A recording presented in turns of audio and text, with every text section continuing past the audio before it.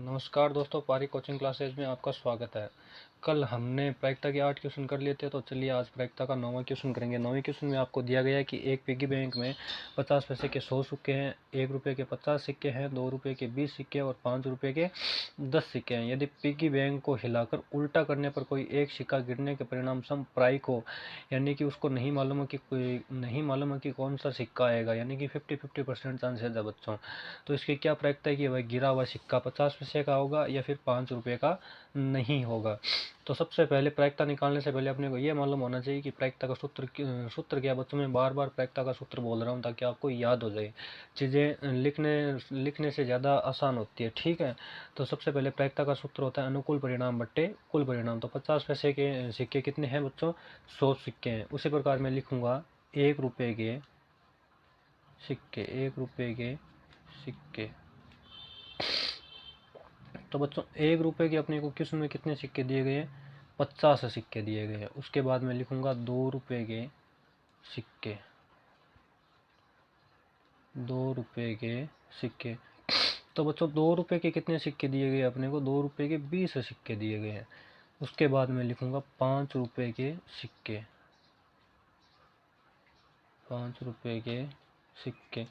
5 रुपये के अपने को कितने सिक्के दिए गए? 10 सिक्के दिए गए। कितने सिक्के दिए गए? 10 सिक्के दिए गए। अब देखो आगे इसने क्वेश्चन में क्या कहा कि अपने को किसकी प्रायिकता निकालनी है? 50 पैसे होने की प्रायिकता निकालनी है। तो सबसे पहले मैं लिखूंगा कुल सिक्के, यानी कि अपने को कुल परिणाम चाहिए, तो मैं लिख दूंगा कुल सिक्के, या फिर आप चाहो तो कुल परिणाम भी इसमें लिख सकते हो। तो कुल सिक्के कैसे? जितने भी सिक्के हैं उन सारों को जोड़ दो। अब देखो इन सारों की जोड़ करेंगे तो 100 में 50 जोड़ूंगा तो 150, 150 में 20 जोड़ दूंगा तो 170, और 170 में 10 जोड़ूंगा तो कितने सिक्के हो जाएंगे मेरे पास?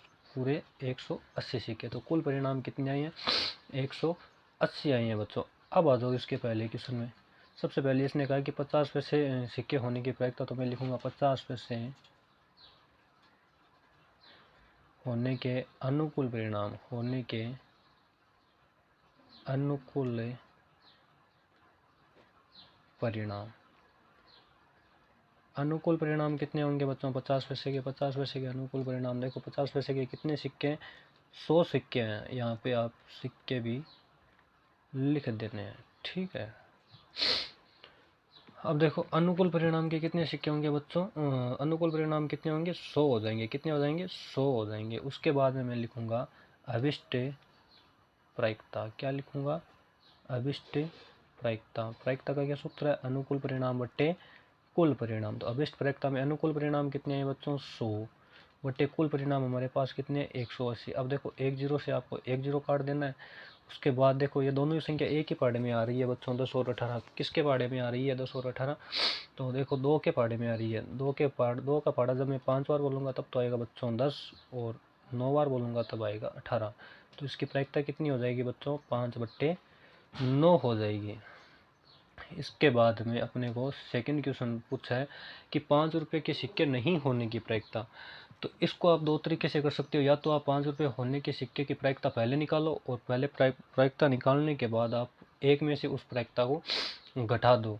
या फिर आप ऐसे करो कि 5 रुपये की जो सिक्के हैं उसको छोड़ के बाकी सभी सारे सिक्कों को जोड़ दो, और वो आपके अनुकूल परिणाम हो जाएंगे। उसमें से कुल परिणाम का आप भाग लगा दो। दूसरा तरीका है वो थोड़ा आसान रहता है। तो चलिए दूसरा तरीके से हम इस क्वेश्चन को करते हैं। तो मैं लिखूंगा 5 रुपये के सिक्के नहीं होने के अनुकूल परिणाम। नहीं होने के क्या लिखूंगा? अनुकूल परिणाम। अब देखो कितने सिक्के नहीं होंगे बच्चों? तो सबसे पहले देखो 5 रुपये तो केवल 10 ही सिक्के हैं, उसको छोड़ दो, बाकी सारों को जोड़ दो। 100 प्लस 50 प्लस 20 कितने हो जाएंगे? टोटल 170 सिक्के हो जाएंगे। अब मैं इसकी लिख दूंगा अभिष्ट प्रायिकता। क्या लिखूंगा? अभिष्ट प्रायिकता।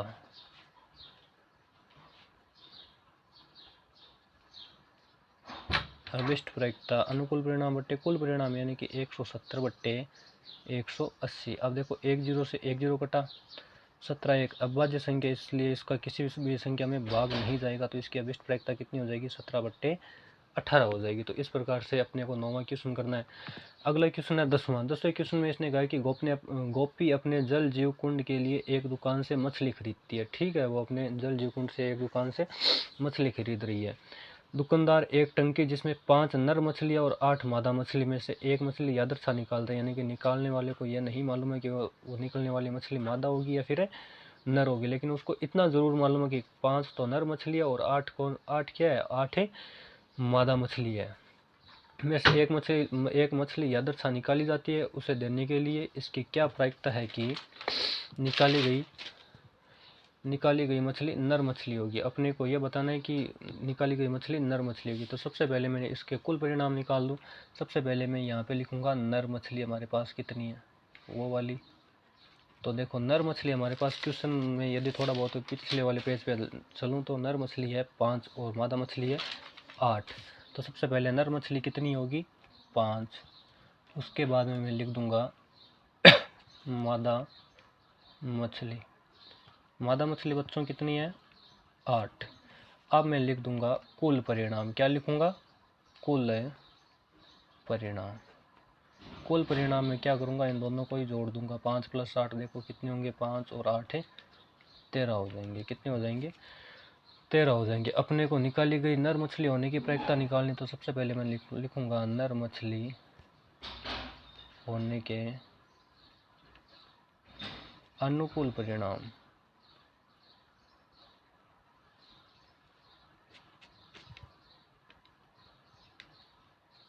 नर मछली होने के अनुकूल परिणाम। तो अनुकूल परिणाम कितने होंगे? अनुकूल परिणाम ज़्यादा से ज़्यादा नर मछली 5 हो सकती है बच्चों।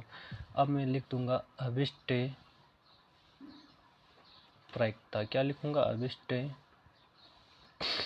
प्रायिकता। अभिष्ट प्रायिकता में अनुकूल परिणाम बटे कुल परिणाम, तो 5 इसके अनुकूल हो जाएंगे और कुल 13। तो इसकी अभिष्ट प्रायिकता कितनी हो जाएगी बच्चों? 5/13। इस प्रकार से अपने को क्वेश्चन संख्या 10 करना है। अगला क्वेश्चन है, देखो बहुत ही अच्छा क्वेश्चन है। अगले क्वेश्चन में इसने कहा है कि संयोग के एक खेल में एक तीर को घुमाया जाता है। ठीक है, घुमा दिया, जो विश्राम में आने के बाद संख्याओं में 1, 2, 3, 4, 5, 6, 7 और 8 में से किसी एक संख्या को इंगित करता है। यदि ये सभी परिणाम समप्रायिक हो तो इसकी क्या प्रायिकता की वह तीर इंगित करेगा? सबसे पहले क्वेश्चन में पूछा है कि 8 को करेगा, दूसरे में पूछा है एक विषम संख्या को करेगा, तीसरे में इसने कहा है कि 2 से बड़ी संख्या को करेगा, या फिर चौथे में इसने कहा कि 9 से छोटी संख्या को करेगा। देखो इसने चित्र भी दिया है। चित्र में ये 2 गोल गोल चित्र बनाया हुआ, उसमें इसने सारे नंबर लिखे हैं। देखो एक बार में ये जो तीर है वो एक ही संख्या को इंगित कर सकता है। या तो वो 1 को करेगा, या 2 को करेगा, या फिर इसमें जितनी संख्या दी गई है 8 तक, उसमें से किसी एक को कर सकता है। समप्रायिक यानी कि 50-50% का चांस होना। इसको घुमाने पर अपने को यह नहीं पता चल सकता है कि ये 1 को करेगा या फिर 8 को करेगा। किसी को भी कर सकता है, जहाँ पे रुकेगा उसको ही करेगा, जाहिर सी बात है। तो सबसे पहले मैं लिखूंगा संख्या 8 को इंगित करने के अनुकूल परिणाम, क्योंकि अपने को 8 को इंगित करने की प्रायिकता बतानी है ना इसमें। तो सबसे पहले मैं लिख दूंगा संख्या 8 को इंगित करने के अनुकूल परिणाम।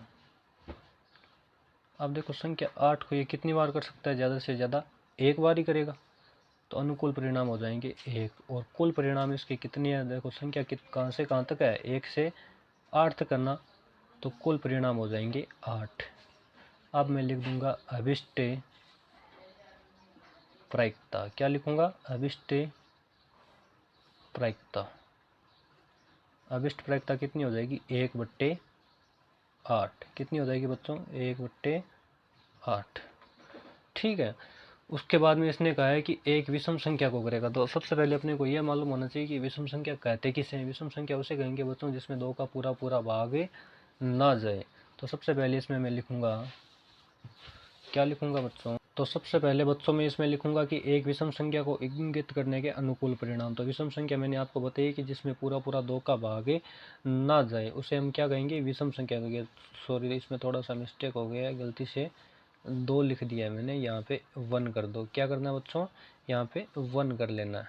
तो देखो 1 से 8 तक मैं यहाँ से संख्या लिखूंगा 1, 3 और 5। तो टोटल कितनी संख्या होगी मेरे पास? 3 हो गई है बच्चों। तो इसकी अभिष्ट प्रायिकता क्या हो जाएगी? 3/8 हो जाएगी बच्चों। क्या हो जाएगी इसकी अभिष्ट प्रायिकता? 3/8 हो जाएगी। इसी प्रकार इसका जो अगला क्वेश्चन है, अगले क्वेश्चन में इसने कहा है कि एक विषम संख्या को करेगा, एक विषम संख्या को करेगा। तो सबसे पहले मैं क्या लिखूंगा इसमें? इसका तीसरा बच्चों एक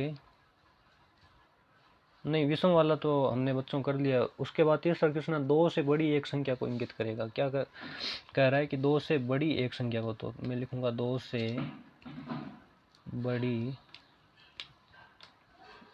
एक संख्या को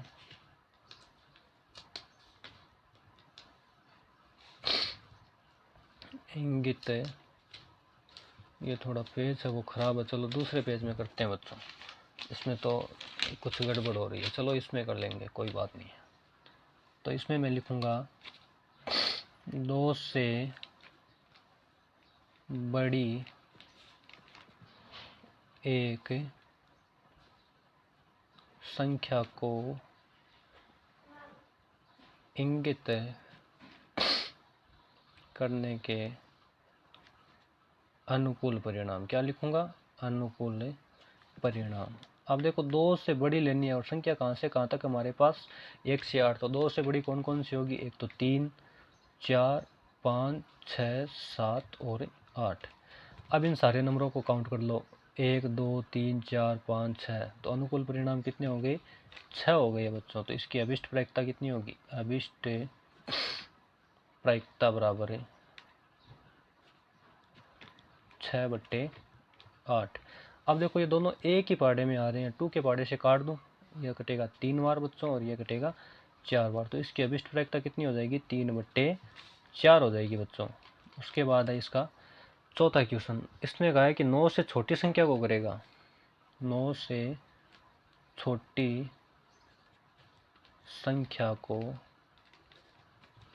इंगित करने की, इसमें डायरेक्ट आप लिख देना करने की अभिष्ट प्रायिकता, करने की अभिष्ट प्रायिकता। अब देखो टोटल संख्या है 1 से 8। तो सारी संख्या बच्चों 9 से छोटी है ना, तो इसके अनुकूल परिणाम कितने हो जाएंगे? इसके अनुकूल परिणाम हो जाएंगे 8। और कुल परिणाम कितने हैं हमारे पास? 8। दोनों एक ही टेबल में आ रहे हैं, दोनों एक एक बार कट गए। तो इसकी प्रायिकता कितनी होगी बच्चों? 1 होगी। कितनी होगी? 1 होगी। तो चलिए आज हमने क्वेश्चन संख्या और 11 3 क्वेश्चन किए। आपको इनको अच्छे से मिलाना है। यदि कोई भी चीज़ समझ में ना आए तो कमेंट में ज़रूर बताना है। और यदि आपने अभी तक भी चैनल को सब्सक्राइब नहीं किया है तो जल्द से जल्द चैनल को सब्सक्राइब कर ले, क्योंकि अपना एक ही लक्ष्य है, प्रत्येक बच्चे तक निःशुल्क शिक्षा की व्यवस्था होना। धन्यवाद।